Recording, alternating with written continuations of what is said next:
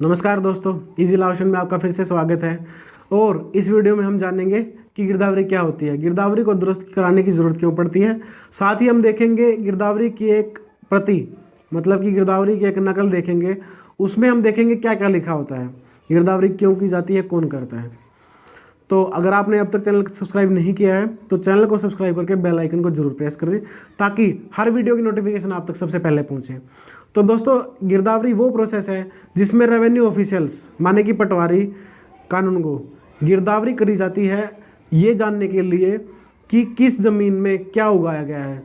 हर साल खरीफ और रबी की फसल जब भी उगाई जाती है तो रेवेन्यू ऑफिसर इस चीज़ को नोट करते हैं कि भाई किस किसान ने अपनी किस ज़मीन में क्या उगाया हुआ है, और इसी का नाम गिरदावरी है। तो दोस्तों, गिरदावरी एक मलकियत का ना सही लेकिन कब्जे का सबूत जरूर है। और जब भी कोई मालिक अपनी ज़मीन खरीदता है तो उसको अपनी गिरदावरी अपने नाम करवा लेनी चाहिए। कई बार क्या होता है कि भाई जब भी हम कोई नई ज़मीन खरीदते हैं या कोई ज़मीन काश्त के लिए लेते हैं तो उसमें पहले वाले मालिक या पहले वाले काश्त करने वाले इंसान का नाम चल रहा होता है, गिरदावरी उसी के नाम होती है, जो कि हमें दुरुस्त करा लेनी चाहिए, क्योंकि जो भी फसल का खराबा होता है और उसका मुआवजा जो आता है वो गिरदावरी के बेस पे ही आता है।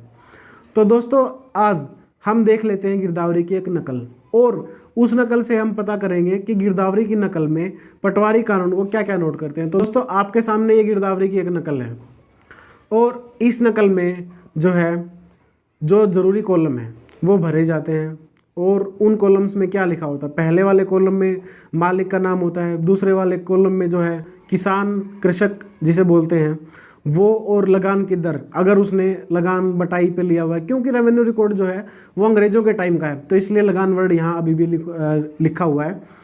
और उसके बाद जो है क्षेत्र, कितने एरिया में फसल उगाई गई है, कितने एरिया में कौन सी फसल है। उसके बाद जो है नेक्स्ट जो है ज़मीन की किस्म, कि भाई ज़मीन नहरी है, चाही है, बरानी रही है, वो पिछली जमाबंदी के आधार पे इसको लिखते हैं। उसके बाद जो नेक्स्ट कॉलम है उसमें उन दो कॉलम में रबी और खरीफ की फसल का ब्यौरा होता है कि भाई किसान ने अपने खरीफ की फसल में कौन सी फसल उगाई, उसने अपनी रबी की फसल में कौन सी फसल उगाई। इसको यहाँ पे जैसे हमारी लोकल लैंग्वेज में जो है ना साड़ी सामनी बोलते हैं, तो यहाँ पे लिखा हुआ है सावनी और हाड़ी फसल। तो इस प्रकार से इस किसान ने, जिसकी नकल हम देख रहे हैं गिरदावरी की, इसने यहाँ पे लोकल लैंग्वेज में एक धान को जीरी बोलते हैं, तो जीरी उगाई हुई थी 8 कनाल में। उसके बाद उसने उस किला नंबर में नेक्स्ट फसल में गेहूं उगाई पूरे के पूरे 8 कनाल में। इसी तरीके से उसने दूसरे जो किला नंबर है जिसका रकबा 7 कनाल 11 मरले है, जो नहरी ज़मीन थी, उसने वहाँ पे जीरी उगाई। उसके बाद नेक्स्ट फसल उसने गेहूँ उगाई। तो इस प्रकार से जब भी जो गिरदावरी की नकल हम देखते हैं तो वो कुछ इस प्रकार से होती है। तो अगर गिरदावरी हमारे नाम पे नहीं है और फसल के मालिक हम हैं या फिर हम काबिल, तो उसको ठीक कैसे किया जाए। तो दोस्तों, उसके लिए हमें असिस्टेंट कलेक्टर सेकंड ग्रेड जो है वहाँ पे हमें मुकदमा दायर करना पड़ता है। उस मुकदमे के साथ जो है पिछली 3 लगातार जो गिरदावरियाँ रही हैं वो हमें लगानी पड़ती हैं। साथ ही मलकियत का सबूत या काश्तकारी का सबूत जो होता है वो हमें कोर्ट में देना पड़ता है। तो जो कंसर्न पार्टी है, जो अफेक्टेड पार्टी है, उनको समन भेजने के बाद, बयान नोट करने के बाद कोर्ट जो है मौका मुलाहिजा करता है।